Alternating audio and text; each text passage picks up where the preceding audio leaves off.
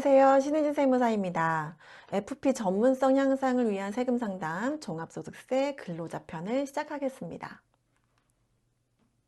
우리 앞 시간에서는 종합소득증 사업자에 대한 세금을 알아봤고요. 이번 시간에는 그중 근로소득의 개념을 이해하고 근로소득자의 종합소득세인 연말정산의 구조를 쉽게 파악해서 여러분들이 직접 이해할 수 있도록 이해하는 시간을 갖도록 하겠습니다. 자, 먼저 근로소득이 무엇인지 보겠습니다. 우리 앞에서 종합소득의 종류가 뭐가 있는지 한번 나열을 한번 해봤을 때 요 가운데 근로소득이 있죠? 가운데에 근로소득이 있습니다.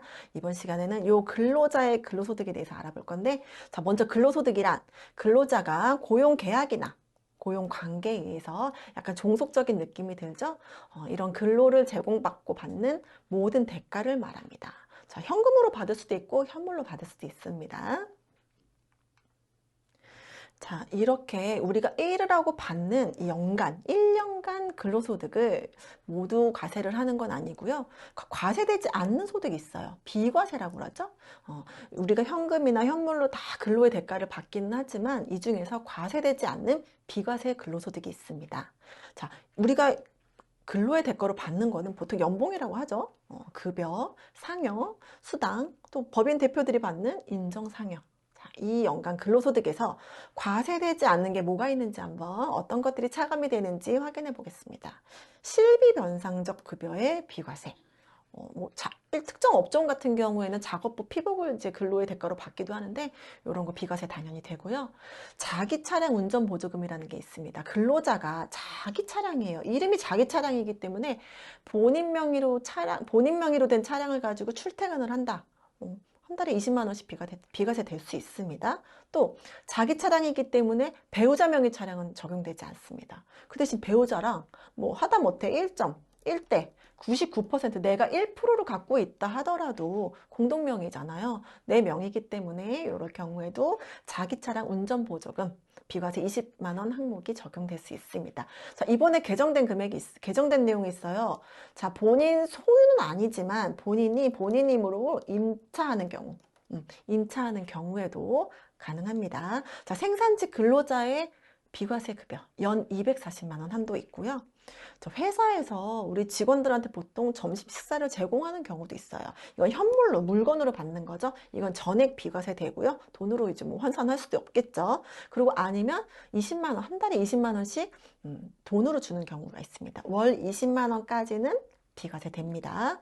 또 근로자가 6세 이하의 자녀를 데리고 있을 경우에 자녀 보육수당 월 20만 원 이내에 한도로 가능하고요. 만약에 배우자가 아빠랑 부모가 다 같은 직장에서 근로를 하는 경우 각각 20만 원씩 받을 수 있습니다. 또 육아휴직급여, 출산 전후 휴가급여 이런 건 용어만 봐도 비과세 되는지 확인하실 수 있겠죠. 자, 우리 소득세 편에서도, 사업자 편에서도 일용 근로자라는 얘기가 나왔습니다. 분리과세 기억하시죠? 자, 일용 근로자와 일반적인 근로자와의 차이를 한번 비교해 보겠습니다. 우선 일용 근로자는 3개월 미만의 기간 동안, 그러니까 짧은 기간이죠. 짧은 기간 동안 근로를 제공하면서, 1급으로 받거나, 아니면 시급으로 받거나 이렇게 계산해서 받는 근로자를 말합니다. 자, 일용 근로자들은 특정 고용주에 계속해서 고용되어 있지 않습니다. 자, 근무지를 자주 옮기게 되고요. 이분들은 1급이나 시간급을 받는 이런 급여고, 이분들은 세금을 어떻게 내느냐? 아까 분리과세라고 했어요. 분리과세 기억하시죠? 분리과세는 어떻게 하냐? 종합소득이 아니라는 거죠. 이 사람들은 하루에 15만 원은 무조건 빼줘요. 비과세 무조건 됩니다. 만약에 내가 1급으로 10만 원을 받았어. 이 사람은 세금 없이 신고가 끝나는 겁니다. 근데 내가 하루에 20만 원을 받았어요. 그럼 기본적으로 15만 원까지는 비과세이기 때문에, 자, 5만 원에 대해서 6% 세금을 계산을 하고 55% 그냥 무조건 세액 공제도 해줘요. 그러면은 일용 근로자는 사실 그래서 급여에 비해서 이 일반 근로자에 비해서는 좀 세금이 작은 편입니다. 그리고 당연히 종합소득도 아니고요. 자, 일반 근로자들은 특정 고용주에서 계속해서 근로하면서 지급받는 급여를 말하고, 우리 급여 명세서에 보면 4대 보험도 빠지지만 밑에 소득세, 지방소득세라는 항목이 있어요. 이게 바로 근로소득 간이세액표에 따라서 계산된 원천세인데 미리 요만큼을 떼두는 거예요. 먼저 뒤에 가면 다시 원천세 설명은 드리겠습니다. 이 근로소득은 연말정산 대상이 되고요. 자, 원천징수라고 앞에서 말씀을 드렸어요. 원천징수가 뭐냐? 근로의 대가로 이제 급여를 지급할 때 지급하는 회사, 원천징수 의무자는 회사죠. 회사가 근로자에게 소득을 지급할 때 그냥 주지 않아요. 세금을 일부를 떼고 줍니다. 아까 얘기했죠? 이걸 원천세라고 하죠. 근로소득 간이세율표가 있어요. 이 세율에 따른, 이 세율을 적용해서 원천세를 계산한 다음에 요 4대 보험 이외의 원천세까지 떼서 소득자에게 지급을 하게 됩니다. 이걸 세후소득이라고 우리는 보통 하죠. 세후소득. 그러면 원천징수 의무자 회사는 이 뗀 세금을 본인들이 갖고 있으면 안 돼요. 이 근로자 이름으로 세무서에 신고하고 납부해야 합니다. 보통 매달 신고하고 납부하게 되겠죠. 그러면 제가 만약에 이제 근로자라고 쳐볼까요? 신의진 이름으로 회사는 원천세를 계속 납부를 하고 있는 거예요. 이것들이 점점 쌓이게 될 거고요. 자, 급여를 회사에서 지급을 하게 되면 근로자는 연말정산을 해야 되겠죠. 근데 내가 근무지가 25년도 하나, 두 개, 세 개, 세 군데 회사에서 근무를 했다고 가정 한번 해볼까요? 종합소득세는 개인의 1년 동안의 소득을 합산해야 합니다. 그럼 나는 근로소득이 3개가 있잖아요. 그럼 3개의 근로소득을 다 합산해야 돼요. 내가 지금은 여기 다니고 있지만 상반기 때 그 첫 번째 회사에 다녔고 중간에는 두 번째 회사도 다녔어요. 연말에 근무하는 회사에서 연말정산을 하게 되는데 이 첫 번째, 두 번째 회사의 근로소득까지 합쳐서 연말정산을 하게 됩니다. 우리 연말정산 자료 제출하라고 볼 때 종전근무지에 근로소득 원천징수 영수증을 제출하라고 합니다. 이 합산 과정이겠죠. 자, 그래서 25년 일했던 근로소득을 다 합쳐서 연말정산을 한 다음에 요거를 요 결과에 대해서 언제 반영해 주냐? 2월 급여를 지급할 때. 자, 생각해 보세요. 우리가 12월 말까지 사용한 금액이나 뭐 지급한 내용이나 이런 거에 대해서 연말정산 간소화가 1월 초에 열려요. 근데 1월 급여를 지급하는 1월 말까지 회사에서 연말정산을 뭐 직원분들도 제출하기 힘들겠지만 할 시간이 없어요. 자, 2월까지 연말정산을 마무리하고 2월 말에 급여를 지급할 때 2월분 급여에 이 연말정산의 결과를 정산해서 주게 됩니다. 2월 급여 명세서는 그래서 다른 달과 조금 다른 항목이 생길 거예요. 자, 근로소득자의 세금 신고에 대해서 확인 한번 해보겠습니다. 근로소득만 있어요. 자, 연말정산이 아까 뭐라 그랬죠? 근로소득자의 종합소득세라 그랬어요. 그러면 근로소득만 있는 사람은 회사에서 연말정산하면 신고가 종료돼요. 더 이상 아무것도 안 하셔도 됩니다. 만약에 근로소득만 있는 사람들이 연말정산을 회사에서 안 한다. 그럼 전 국민이 정말 5월에 종합소득세 신고를 해야 되겠죠. 홈택스도 마비가 되겠죠. 근로소득만 있으면 그래서 간단하게 좀 끝날 수 있어요. 세금 구조는 어렵지 않습니다. 근데 만약에 요즘 투잡 많아요. 쓰리잡도 있고요. 근로소득도 있지만 내가 다른 기타 소득, 강의를 어디서 했어요. 기타 소득이 생길 경우가 있어요. 이럴 경우에는 회사에서는 연말정산을 하고 또 5월에 나는 다른 소득이 있기 때문에 5월에 합산 신고를 하셔야 됩니다. 합쳐서.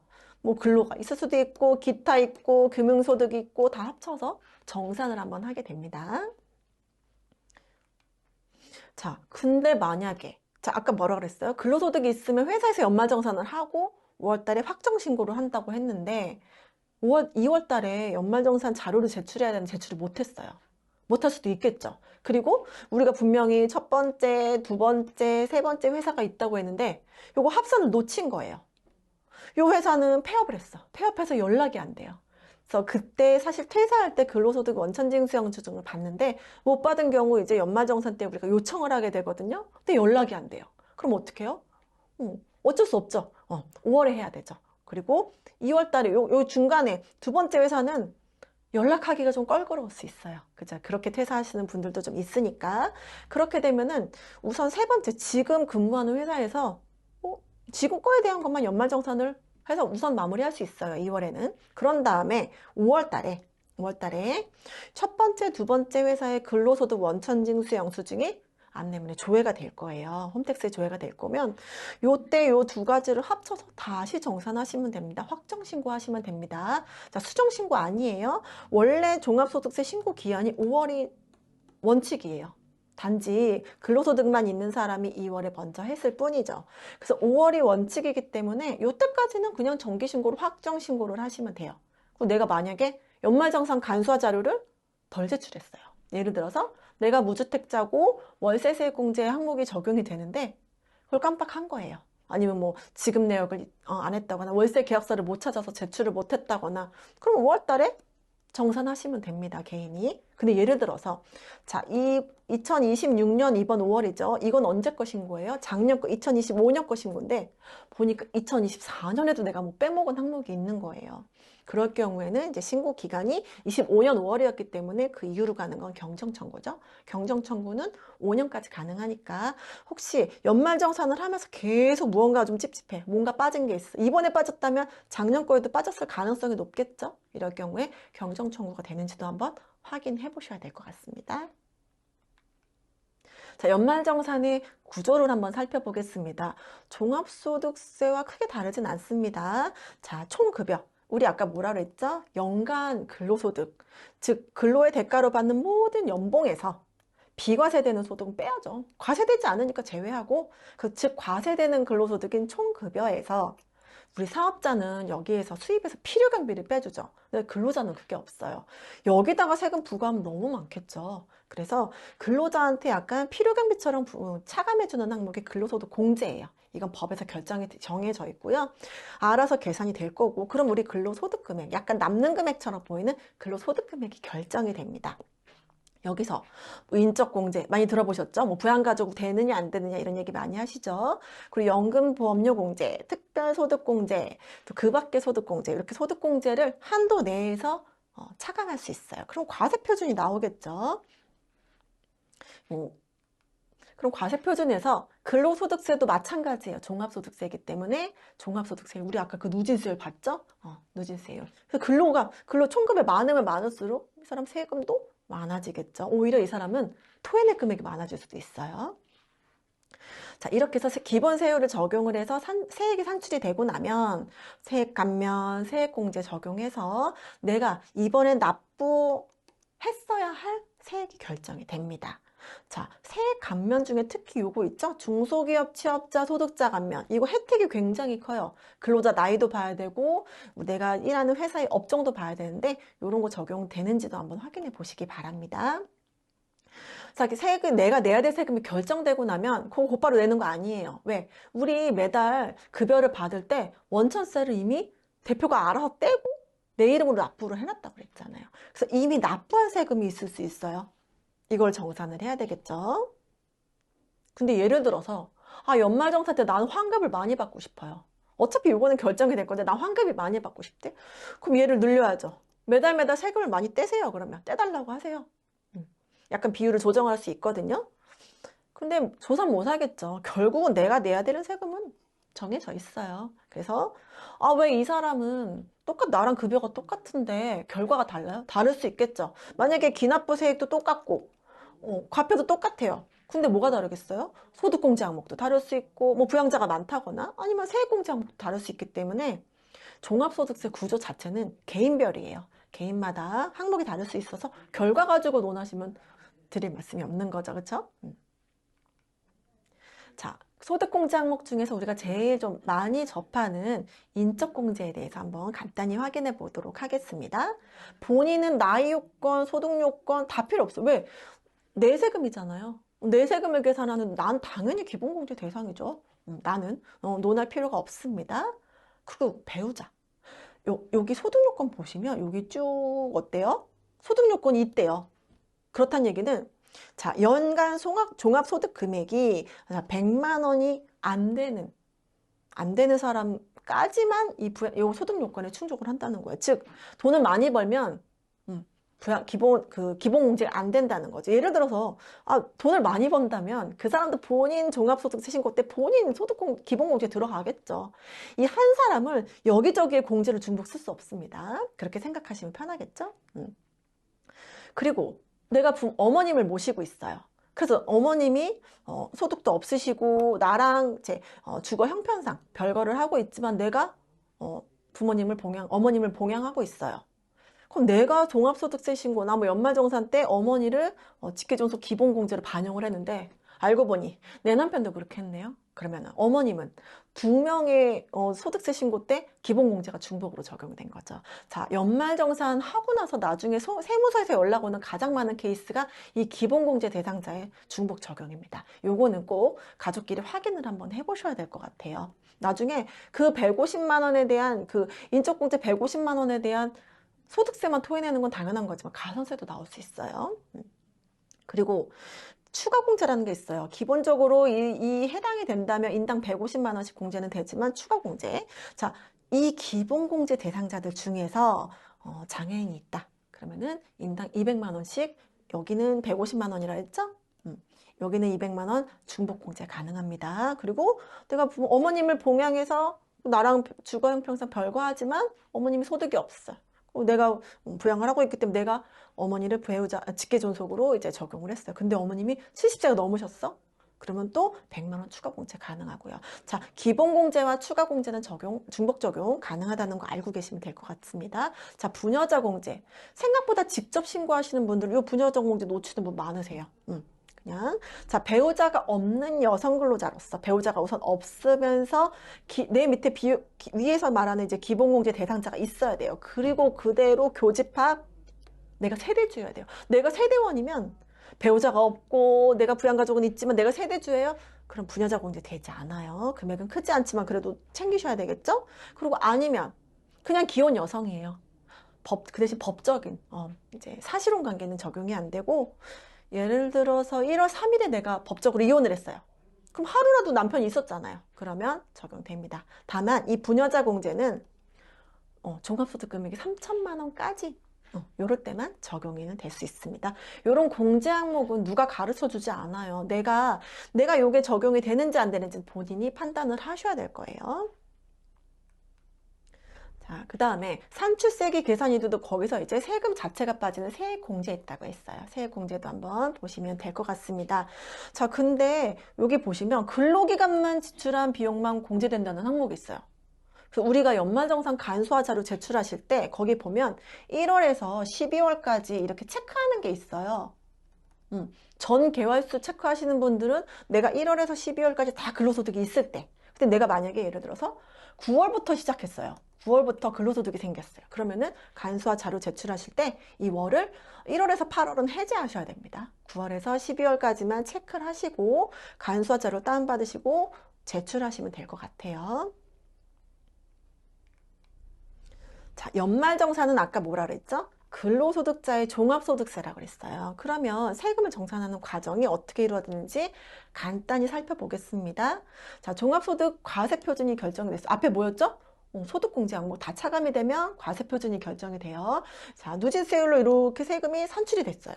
근데 여기서 세액공제, 세액감면 내가 챙길 거 다 챙기고 결정세액, 내가 25년도 근로소득에 대해서 이만큼 내야 돼. 이게 결정이 됐어요. 근데 우리 회사에서 원천세 미리 납부해줬다 그랬죠? 기납부, 미리 납부한 세금 있죠? 이거 정산을 하게 되겠죠.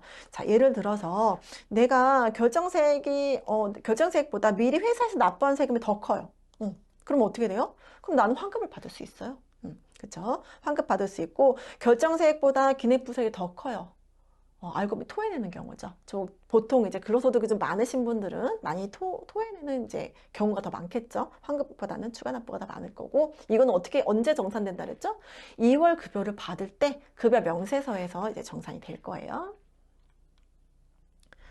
자, 어떻게 세금이 결정이 되느냐? 우리가 회사에서 연말정산이 끝나면 보통은 대부분은 이 연말정산 결과 요거를 이제 근로소득 원천징수영수증이라는 건데 이거를 근로자한테 보통은 이제 보여줍니다. 맞는지 확인해 보세요. 우리가 볼 수 있나요? 어려워요. 자, 근로소득 원천징수영수증은 3장에서 4장 정도로 구성이 되어 있는데 이거 첫 번째 장에 보시면 맨 앞장 아래에 보시면 요 세액명세라는 란이 있습니다. 이게 가장 중요한 결과죠. 먼저 우린 결과 먼저 보잖아요. 자, 확인해 보겠습니다. 자, 우리가 납부해야 돼. 내가 계산된 확정된 세액이 결정세액이에요. 근데 20만 원이 결정이 됐어요. 근데 내가 이미 지금 회사를 다니면서 회사에서 원천세로 뗀 금액이 23만 4,240원이래요. 더 냈네요. 그쵸? 그러면 환급 받아야죠. 그래서 기분 좋게 여기 마이너스가 써 있을 거예요. 34,240원 지방소득세까지 포함해서 3만 7천 원 정도 되겠죠? 이 금액이 2월 급여에서 자, 추가돼서 더 받게 되는 거겠죠? 근데 우리가 근무지가 두 번째, 세 번째 있을 수 있다 그랬잖아요. 자, 여기 첫 번째 보시면 메인 근무처가 있어요. 그리고 우리가 연말정산을 이제 간소화 자료를 제출하면서 종전근무지 근로소득 원천징수 영수증이 있다면 제출하죠. 여기에 기재가 됩니다. 그래서 내 개인의 25년 1년 동안의 총 급여에 대한 비과세 제외한 과세되는 근로소득인 총 급여에 대한 소득세가 이때 결정이 되는 거죠. 만약에 이거 못했다면 언제 하시라고 그랬죠? 5월 달에 직접 다시 재정산 하시면 됩니다. 확정신고 하시면 돼요. 만약에 이 결과를 봤는데 결정세액이 0이 나왔어요. 이게 0이 나왔어요. 내가 결과적으로 내야 될 세금이 없다는 거죠. 근데 내가 뭘 놓쳤다고 추가로 제출을 해봤자 결정세액은 0이에요. 결정세액이 마이너스가 나올 수는 없어요. 그래서 이 결과를 보시고 아, 내가 이걸 놓치긴 했는데 어차피 결정세액이 0이다? 그러면 더 이상 정산하지 않으셔도 됩니다. 자, 강의 마무리를 하면서 또 요 단어를 보고 우리가 머릿속으로 구조를 한번 떠올리겠습니다. 자, 우리 근로의 대가로 받는 총 연봉에서 과세되지 않는 비과세를 제외하겠죠. 자, 비과세 소득을 제외한 총 급여. 이거는 이제 과세되는 소득이죠. 과세되는 소득에서 이제 회사에서는 이거에 대한 세금을 급여를 지급하면서 먼저 원천징수를 해서 원천세를 먼저 내 이름으로 납부를 해준다 그랬죠. 네. 그럼 나는 총급여에서 근로소득 공제를 빼고 근로소득 금액이 계산이 되고 소득공제를 차감을 하면 과세표준, 자, 세율 계산의 근거가 되는 과세표준이 계산이 되고 마음 아프지만 누진세율이 적용이 돼서 산출세액이 계산이 될 거예요. 세액공제 또 감면도 있겠죠. 세액공제, 세액 감면이 차감이 돼서 정말 내가 이번에 세금을 내야 되는 세금이 결정이 됩니다. 요게 이제 기납부세액과 정산해서 하는 과정을 연말정산 근로자의 종합소득세 신고라고 하면 되겠죠. 그래서 마지막에 결과적으로 내가 환급이 나왔어요. 차감징수세액이 마이너스가 나올 거고 플러스가 나왔어요. 근데 추가 더 토해내야 돼요. 이거 언제 정산됐다 그랬죠? 2월 급여를 지급받을 때 평상시와는 다른 급여 지급을 받게 될 것입니다.